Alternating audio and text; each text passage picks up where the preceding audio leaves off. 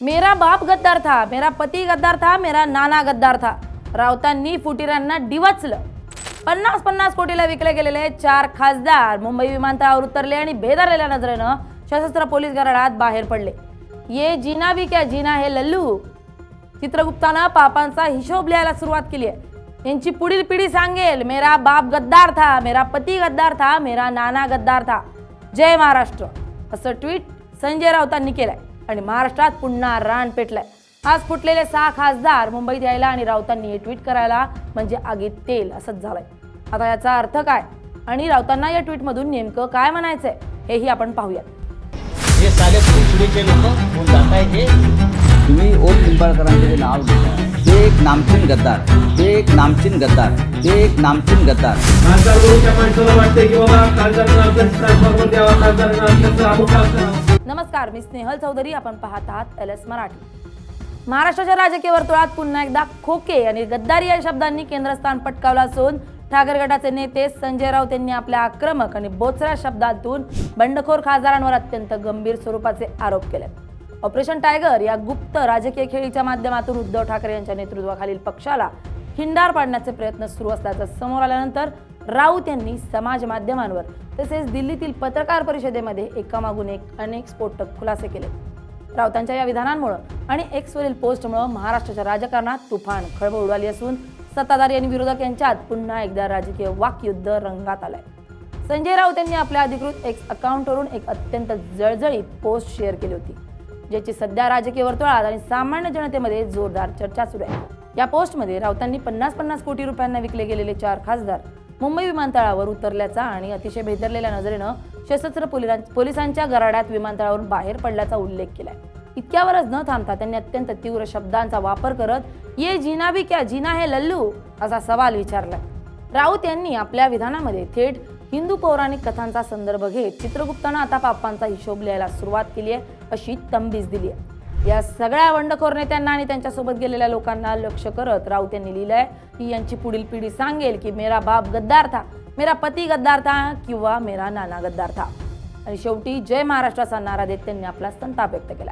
ही केवळ एक पोस्ट नव्हती, तर दिल्लीत पार पडलेल्या पत्रकार परिषदेमध्ये राऊत यांनी या कथित बंडाच्या आर्थिक गणितांचं रेट कार्डच जणू जनतेसमोर उघड केलंय.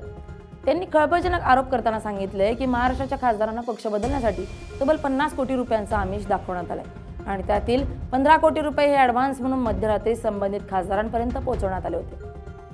राऊतांच्या माहितीनुसार हे खासदार पैसे मिळाल्याशिवाय आणि ते पैसे हातामध्ये पडल्याची खात्री झाल्याशिवाय विमानात बसण्यास तयार नव्हते. पैसे मिळाल्यानंतरच त्यांनी चार्टर्ड विमानांतून प्रवास केल्याचा दावा त्यांनी केलाय. महाराष्ट्रातील नांदेड, पुणे आणि अन्य काही ठिकाणांवरून रात्रीच्या वेळी चार्टर्ड विमानं उड्डाण करून बंडखोर नेत्यांना दिल्लीत घेऊन गेल्याचा दावा राऊत यांनी केलाय. या कथित बंडामध्ये पक्षाचे 6 ते 7 खासदार सामील असू शकतात अशा चर्चा राजकीय वर्तुळात जोर धरत होत्या. उद्धव ठाकरे यांच्याकडून सर्व खासदारांसाठी बैठकीचं आयोजन करण्यात आलं होतं आणि त्यासाठी पक्षाकडून व्हीपही बजावण्यात आलं होतं. मात्र या बैठकीला काहीच खासदार उपस्थित राहिल्यानं बंडाच्या या चर्चांना अधिक दुजोरा मिळाला. या वाढत्या तणावाच्या पार्श्वभूमीवर पक्षाचे वरिष्ठ नेते अरविंद सावंत यांनी लोकसभा अध्यक्षांना एक पत्र लिहून पक्षाच्या नावावर किंवा चिन्हावर निवडून आलेल्या कोणत्याही स्वतंत्र गटाला अथवा फुटीर गटाला मान्यता देऊ नये अशी अधिकृत मागणी केली होती. पक्षांतर बंदी कायद्याच्या तरतुदींचा हवाला देत असा कोणताही वेगळा गट किंवा विलय असंवैधानिक ठरेल असा इशाराही पक्षाच्या वतीनं देण्यात आला होता. या सर्व प्रकरणानंतर राजकीय वर्तुळात वेगवेगळ्या प्रतिक्रिया उमटतात. संजय राऊत यांनी उघडपणे आव्हान दिलंय की जर या खासदारांना पक्ष सोडायचा असेल तर त्यांनी आधी आपल्या खासदारकीचा राजीनामा द्यावा आणि नंतर पुन्हा एकदा जनतेसमोर जाऊन निवडणुका लढवाव्या. हे सर्व खासदार पक्षप्रमुख उद्धव ठाकरे यांच्या नेतृत्वावर आणि पक्षाच्या मशाल या चिन्हावर निवडून आलेत, ना की कोणा दुसऱ्याच्या नावावर. त्यामुळे जनतेचा हा जनादेश डावलून पैशांच्या जोरावर पक्ष फोडणं हे लोकशाहीसाठी आणि संविधानासाठी अत्यंत घातक असल्याचं राऊत यांचं म्हणणं आहे. या प्रकरणामुळे मराठवाडा आणि उत्तर महाराष्ट्रासह संपूर्ण राज्यात शिवसेनेत अस्वस्थतेचं वातावरण पसरल्याचं दिसून आलंय. शिर्डी आणि धाराशिवसह इतर काही मतदारसंघांतून बंडखोरीच्या मार्गावर असलेल्या खासदारांच्या समर्थकांमध्ये आणि सामान्य शिवसैनिकांमध्ये तीव्र प्रतिक्रिया उमटल्या. काही खासदारांच्या निवासस्थानाबाहेर खबरदारीचा उपाय म्हणून पोलिसांचा बंदोबस्तही तैनात करण्यात आला होता.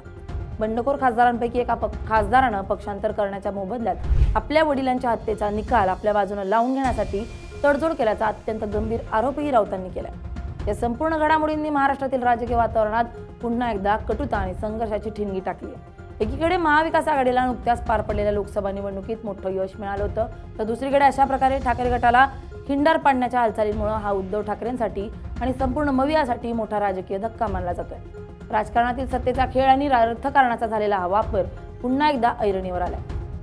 राऊत यांनी चित्रगुप्त पापांचा हिशोब करतोय आणि येणारी पिढी गद्दार म्हणेल अशी जी भाषा वापरली आहे त्यावरून ठाकरे गट किती आक्रमक पवित्रात आहे हे स्पष्ट होत आहे. आगामी काळात या बटाचे काय परिणाम होतात, पक्षांतर बंदी कायद्याच्या आधारे ठाकरे गट या खासदारांना काय कारवाई करतो आणि लोकसभा अध्यक्ष या पत्रावर काय भूमिका घेतात याकडे संपूर्ण महाराष्ट्राचं लक्ष लागून राहिलंय. Bureau report LS Marathi.